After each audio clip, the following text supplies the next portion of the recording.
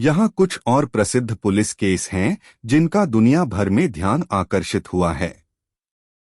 एक, Hillary Clinton email scandal. Hillary Clinton email scandal 2016 में Hillary Clinton, जो उस समय अमेरिका की विदेश मंत्री थीं, पर आरोप लगा था कि उन्होंने अपने व्यक्तिगत ईमेल सर्वर का इस्तेमाल किया था ताकि संवेदनशील सरकारी जानकारी को सुरक्षित रखा जा सके।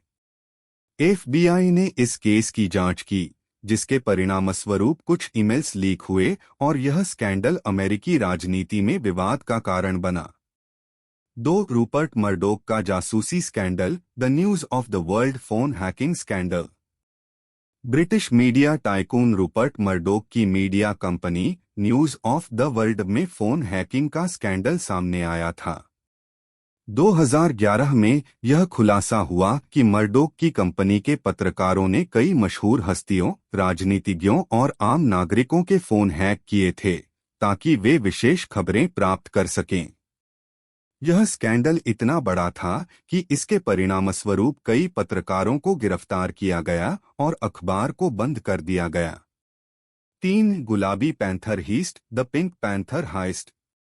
2003 में एक अंतर्राष्ट्रीय अपराधी गिरोह पिंक पैंथर ने दुनिया भर की कई प्रसिद्ध आभूषण दुकानों से बड़ी चोरी की।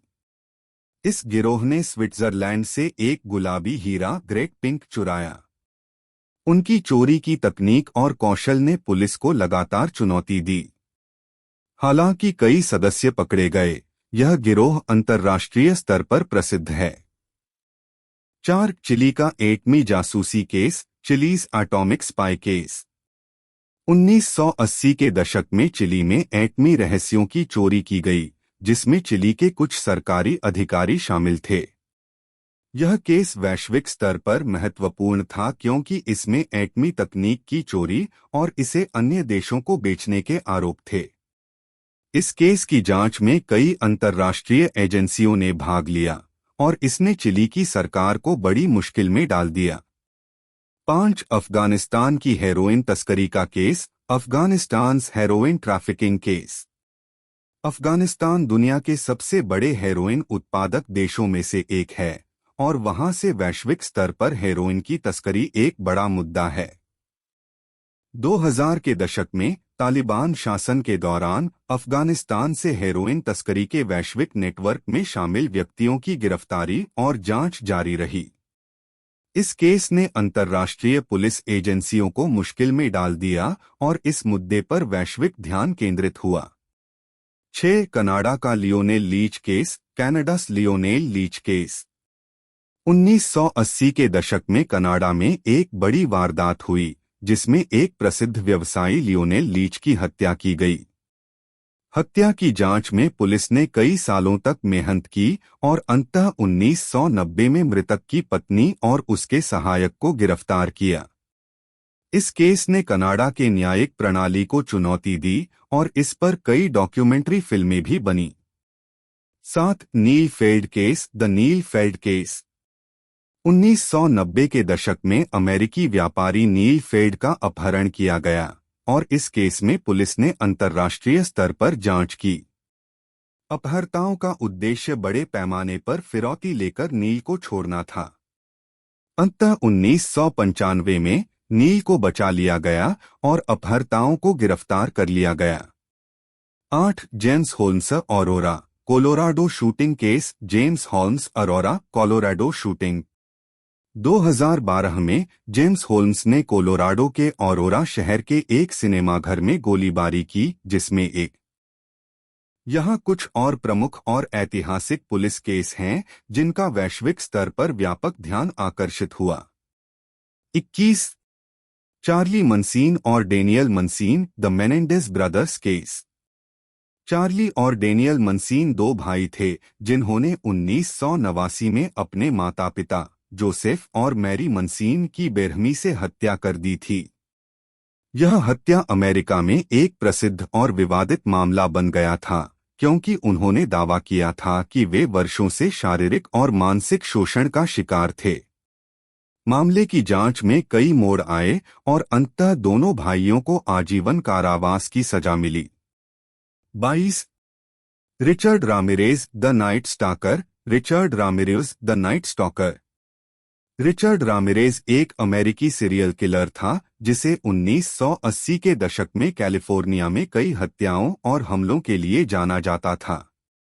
वह अपनी हिंसा और आतंक के कारण द नाइट स्टॉकर के नाम से प्रसिद्ध हुआ।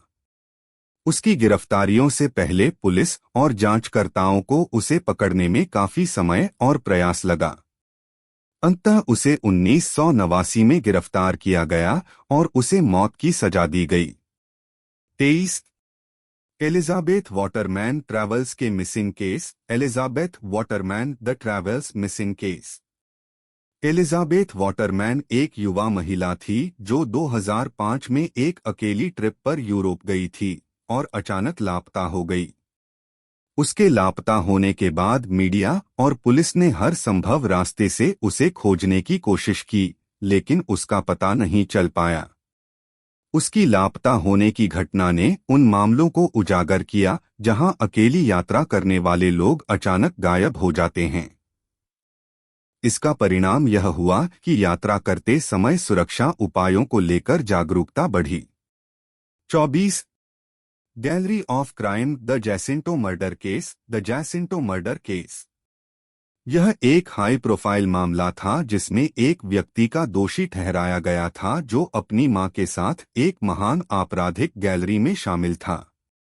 यह केस आपराधिक न्याय की प्रणाली में उन मामलों की छानबीन करने के लिए सामने आया था जो ज्यादातर आपराधिक गतिविधियों के बावजूद निर्दोष साबित हो सकते हैं। 25 Nancy grace murder case. Nancy grace murder case. Nancy grace एक अमेरिकी वकील और टीवी होस्ट हैं जिनका शो नैन्सी ग्रेस विशेष रूप से अपराध मामलों को कवर करता है। एक बार उनके शो में एक ऐसे केस की जांच की गई जिसमें एक महिला को अपने पति की हत्या के आरोप में दोषी ठहराया गया था। शो के दौरान जो जानकारी दी गई उसमें बाद में पाया गया कि नैन्सी ग्रेस की जांच में कुछ विसंगतियां थीं, जिसने मामले को और भी जटिल बना दिया। 26 northern Ireland the troubles. The troubles. Northern Ireland. Northern Ireland का यह विवादित इतिहास 1960 से लेकर 1998 तक चला, जिसमें बहुत सी हत्या और हिंसक घटनाएं हुईं। यह संघर्ष एक धर्मनिरपेक्ष और राजनीतिक संघर्ष था, जिसमें मुख्य रूप से कैथोलिक और प्रोटेस्टेंट समुदायों के बीच हिंसा और आतंकवाद हुआ। इस अवधि के दौरान कई प्रमुख पुलिस और सैन्य ऑपरेशन किए गए थे और यह एक ऐतिहासिक और वैश्विक जांच के मामले के रूप में भी सामने आया। 27 ऑस्ट्रेलिया बोडेसिया केस। बोडीजिया केस। यह केस 1990 के दशक के अंत में ऑस्ट्रेलिया में हुआ था, जिसमें एक दंपति ने अपने बच्चे को एक जघन्य तरीके से मार डाला था। इस हत्या के कारण स्थानीय समुदाय में काफी हलचल मच गई और यह केस हत्या के विश्लेषण और अपराधियों के मनोविज्ञान के संदर्भ में प्रमुख बन गया। 28 ऑस्ट्रेलियाई मर्डर केस।